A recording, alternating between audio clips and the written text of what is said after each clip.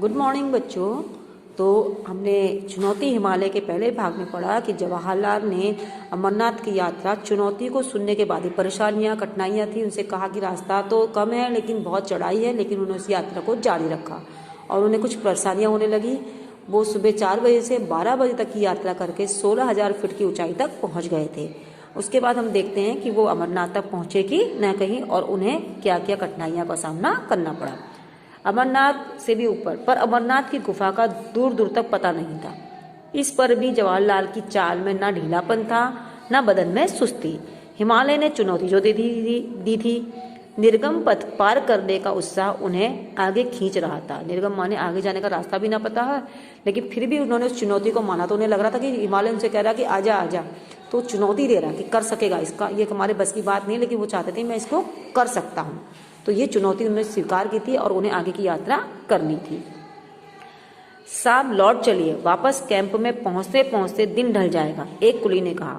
और उन्होंने कहा अमरनाथ की गुफा का पता नहीं कहाँ पर है, अब साहब आधा दिन बीत चुका है, अगर हम वापस नहीं लौटेंगे समय पे तो रात को नीचे नहीं पहुंच पाएंगे, इससे अच्छा है कि हम वापस लौट जाते हैं, क्योंकि लौटते लौटते भी हमको शाम हो जाएगी, ये उन्हें कुली ने कहा। लेकिन अभी तो अमरनाथ पहुंचे नहीं। जवाहरलाल को लौटने का विचार पसंद नहीं आया। बहुत दूर बर्फ के उस मैदान के पार है। किशन बीच में बोल पड़ा, चलो चलो, चढ़ाई तो पार कर ली है, अब आधे मील का मैदान ही तो बाकी है, कहकर जवाहरलाल ने थके हुए कुल्लियों को उत्साहित किया। उन्होंने कहा अच्छा, तो हम ये मैदान पार करने में क्या है, चढ़ाई जब हम पार करके आ चुके हैं तो सामने केवल मैदान ही तो दिख रहा है, इसको हम पार कर लेते हैं। सामने सपाट बर्फ का मैदान दिखाई दे रहा था, उसके पार दूसरी ओर से नीचे उतरकर गुफा तक पहुंचा जा सकता था। जवाहरलाल फुर्ती से बढ़ते जा रहे थे। दूर से मैदान जितना सपाट दिख रहा था, सपाट माने प्लेन, असलियत में उतना ही उबड़ खाबड़ था, क्योंकि मैदान तो था नीचे, लेकिन पहाड़ी इलाका है तो उबड़ खाबड़ होगा, लेकिन बर्फ की चादर बिछी होने की वजह से वो उनको प्लेन दिखाई दे रहा था। और जब बढ़ना शुरू किया तो पता चला कि कितना उबड़ खाबड़ है। ताजी बर्फ ने ऊंची नीची चट्टानों को एक पतली चादर से ढककर समान कर दिया था। गहरी खाइयां थी और बीच में बहुत गहरे गहरे गड्ढे भी थे। खाइयां बहुत बड़ी बड़ी भी होती है। गहरे गड्ढे बर्फ से ढके हुए थे। जो गहरी खाइयां थी उनमें बर्फ भर गई थी और गजब की फिसलन थी वहां पे।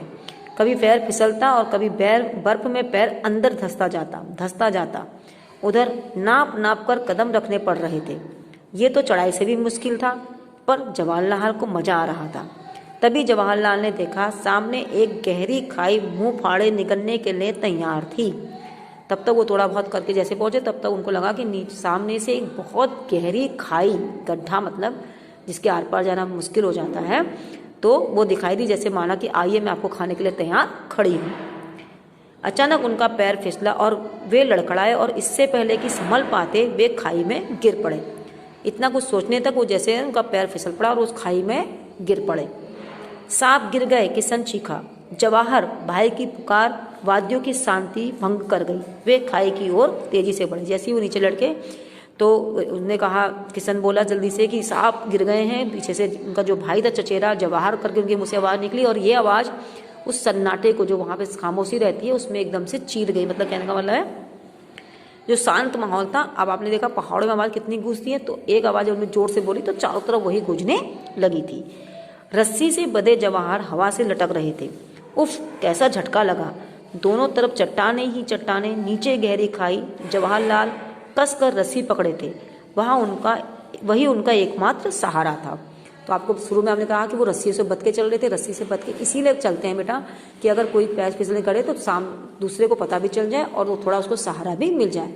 तो वो उस रस्सी के सहारे उस खाई में जो है वो लटक गए थे और रस्सी को आराम से पकड़े हुए थे, क्योंकि वो उनका एक सहारा थी। अगर रस्सी छूटती और उनका बैलेंस बिगड़ता, शायद वो गिर भी सकते और अपने साथ सबको ले जा भी सकते थे साथ में। जवाहर ऊपर से भाई की पुकार सुनाई दी।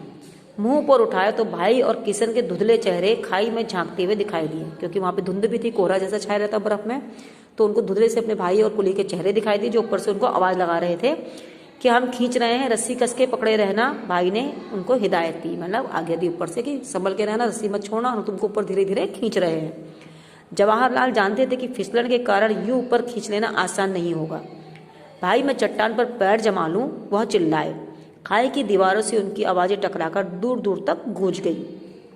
हल्की सी पैंग बढ़ाकर जवाहरलाल ने खाई की दीवार से उभरी चट्टान को मजबूती से पकड़ लिया और पथरीली धरातल पर पैर जमा लिए। पैरों तले धरती के एहसास से जवाहरलाल की हिम्मत बढ़ गई। तो उन्होंने कहा अगर लड़के लड़के ये लोग मुझे खींचेंगे तो ऊपर भी फिसलन है, इनको दिक्कत आ सकती है। तो उन्होंने कहा थोड़ा रुक के मैं थोड़ा सहारा ले लूँ, मतलब किनारे की तरफ थोड़ा आके छोटी मोटी चट्टान को पकड़ लूँ, अपने पैर टिका लूँ, तो मैं भी चढ़ता रहूँगा और आप मुझे खींचते रहना, मैं ऐसा कर लेता हूँ। और ऐसा उन्होंने किया। पैंग बढ़ाई मतलब जैसे झूला झूलते समय आप झूले को आगे पीछे करते हो, उन्होंने जल्दी से चट्टान के कोने को पकड़ा और उसमें पैर जमा लिए। अब थोड़ा सा उनको लगा कि पैर टिक गए तो उनके अंदर और हिम्मत आई कि अब मैं बच भी सकता हूँ। घबराना मत जवाहर भाई की आवाज़ सुनाई दी।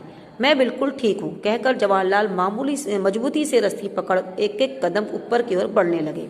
कभी पैर फिसलता, कभी कोई हल्का फुल्का पत्थर पैरों के नीचे से सड़क जाता तो मन ही मन कांप जाते और मजबूती से रस्सी पकड़ लेते। रस्सी से हथेलियां भी जैसे जैसे जैसे कटने लगी थी, पर जवाहर ने उस तरफ ध्यान नहीं दिया। कुली और किशन उन्हें खींचकर बार बार ऊपर चढ़ने में मदद कर रहे थे। धीरे धीरे सरक कर किसी तरह जवाहर ऊपर पहुंचे। मुड़कर ऊपर से नीचे देखा कि खाई इतनी गहरी थी कि कोई गिर जाता तो उसका पता भी नहीं चलता। उन्हें जब पीछे मुड़ के देखा तो खाई इतनी गहरी, इतनी नीचे थी कि अगर वो गिर जाते तो किसी को दिखाई भी नहीं था, पता भी नहीं चलता कि यहाँ कभी कोई गिरा है। किसी तरह बच बचा के दोनों को ऊपर ने खींचा और वो ऊपर पहुंच गए। शुक्र है भगवान का, भाई ने गहरी सांस ली, भगवान को धन्यवाद दिया। साहब चोट तो नहीं आई? एक कुली ने पूछा। गर्दन हिला, कपड़े झाड़ जवाहरलाल फिर चलने को तैयार हो गए। इस हादसे से हल्का सा झटका जरूर लगा, फिर भी जोश ठंडा नहीं हुआ। वह अब भी आगे जाना चाहते थे। आगे चलकर इस तरह की गहरी और चौड़िया खानियों का तादाद बहुत थी। खाइयां पार करने की उचित सामान भी तो नहीं था। निराश होकर जवाहरलाल को अमरनाथ का सफर अधूरा छोड़कर वापस लौटना पड़ा। अमरनाथ पहुंचने का सपना तो पूरा ना हो सका, पर हिमालय की ऊंचाइयों सदा जवाहरलाल को आकर्षित करती रही। कह रहे हैं कि उस खाई में गिर के बाहर निकलने के बाद भी उनको आगे बढ़ने का रास्ता जाना चाहते थे, लेकिन जब उन्हें पता चला कि आगे इस तरह की और भी बहुत सारी खाइयाँ और खतरा बहुत है, तो उन्होंने कहा कि चलो ठीक है। फिर इस वजह से वापस आया, डर के वापस नहीं आए, बट इस वजह से वापस आए क्योंकि उस यात्रा पर तो निकले नहीं थे। तो उस सामान वहाँ जाने के लिए जो सामान की ज़रूरत होती, खाइयों को पार करने के लिए जो उन पर्वतारोहण वालों को ज़रूरत पड़ती, वो सामान उनके पास नहीं था। और पूरी तैयारी के बिना जाना कहीं पे बेवकूफ़ी कहलाता है, अपनी जान को जानबूझ के जोखिम में डालना। आप तैयारी के साथ चल रहे हो, पूरी से आपके पास फैसिलिटीज है, उसके बाद कोई घटना होती तो वो उतना अलग नहीं है, अलग बात है। लेकिन जब आपके पास तैयारी नहीं है और फिर जब आप जानबूझ के उस गलत तरफ चल रहे हो तो वो गलत कहा जाता है। तो उन्होंने उसको मान लिया और वहाँ से वापस लौटना का निर्णय कर लिया। केवल सामान की कमी से, अपने जोश को भी ठंडा नहीं था, डरे नहीं थे, लेकिन सामान ना होने की वजह से उन्होंने कहा ठीक है वापस आते हैं। और ये हमेशा उनके मन में रही कि मैं यात्रा को पूरी नहीं कर सका। लेकिन जवाहरलाल को वो हिमालय की वो घटना और वो हिमालय के पर्वत हमेशा अपनी ओर आकर्षित करते रहते थे। तो ये कहानी लिखी है सुरेखा पर्णदिकर ने लिखी है। और जवाहरलाल के बारे में ये कहानी, जब उन्होंने अपनी हिमालय की यात्रा की तो उन्होंने किस तरह की कठिनाइयों का सामना करा, उसके बाद भी, इतनी कठिनाइयों के बाद भी उनका जोश ठंडा नहीं हुआ। वो यात्रा करना चाहते थे, लेकिन अधूरी तैयारी के साथ उन्होंने इस यात्रा को आगे बढ़ाना मुनासिब नहीं समझा और यात्रा को अधूरा छोड़ करके वापस आ गए।